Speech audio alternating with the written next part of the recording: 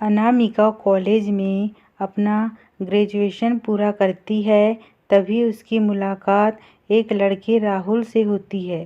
राहुल भी बहुत स्मार्ट और माता पिता का आज्ञाकारी बेटा है। दोनों एक दूसरे को पसंद करने लगते हैं। दोनों का ग्रेजुएशन पूरा होता है। राहुल अपने शहर में जॉब करने लगता है और लड़की भी एक अच्छी जॉब कर रही है। दोनों ने निर्णय लिया कि अब माता पिता से शादी की बात करने का वक्त आ गया है। लेकिन परेशानी यह है कि दोनों की कास्ट अलग अलग है। अनामिका ब्राह्मण है और राहुल राजपूत। राहुल के समाज में दहेज बहुत ज़रूरी है, जो कि नकद में होता है। उसके अलावा कई तरह के गिफ्ट और गहने भी मांग की जाती है। राहुल ने अनामिका को यह स्थिति स्पष्ट की और कहा, घर वालों को मनाओ। अगर तुम सभी मांगे पूरी करवाती हो तो मेरे माता पिता तुम्हें पलकों पर बिठाएंगे। अनामिका ने अपने माता पिता से यह बात कही। अनामिका के माता पिता को यह बात पसंद नहीं थी, पर अनामिका की जिद थी कि अगर मुझे दहेज दोगे तो मेरी इज्जत बढ़ेगी।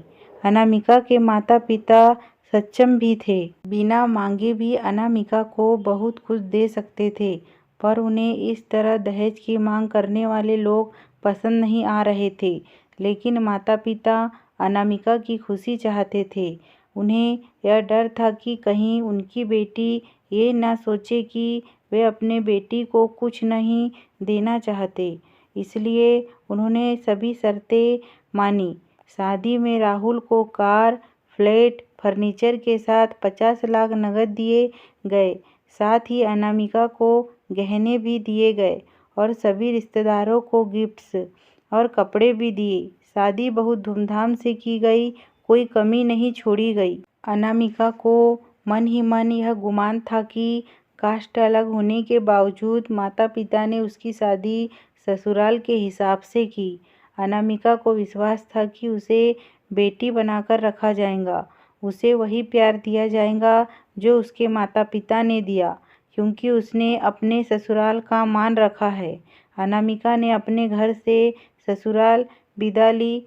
ब्राह्मण कन्या राजपूत घर की बहुरानी। ससुराल में बहुत ज़्यादा पर्दा प्रथा थी। बहू को मंचा खाने तक की स्वतंत्रता नहीं थी।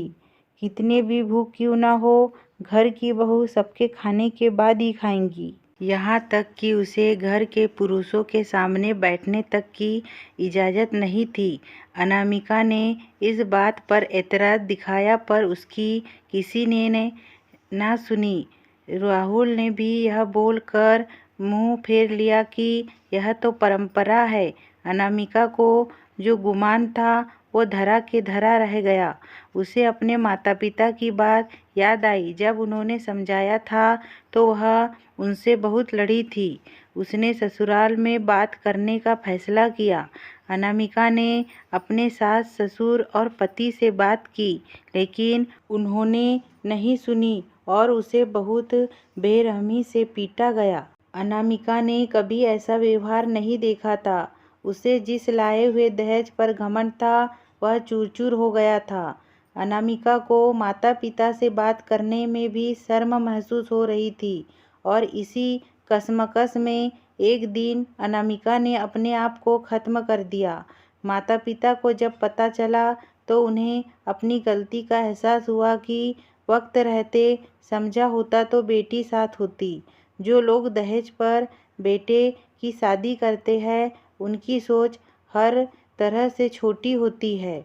जो बेटे को नीलाम कर सकते हैं वह किसी और की बेटी को कैसे अपनी बेटी बना सकते थे। दहेज कभी खुशियों की चाबी नहीं बन सकता, यह बात सभी को समझनी होगी। इस दहेज प्रथा की कहानी में आपने पढ़ा होगा कि माता पिता ही नहीं, लड़की की सोच भी दहेज को सपोर्ट कर रही थी। कई बार लड़कियों को दहेज का गुमान हो जाता है, पर जो लोग लोभी होते हैं वो कभी अच्छे नहीं हो सकते। यह बात सबको समझने की ज़रूरत है। कहानियाँ जीवन में बहुत मायने रखती है। कई बार बड़ी से बड़ी डिग्री भी ज्ञान नहीं देती और एक छोटी सी कहानी जीवन बदल देती है। शिक्षाप्रद कहानी को आधार बनाकर अपने बच्चों को जीवन का सच्चा ज्ञान दें।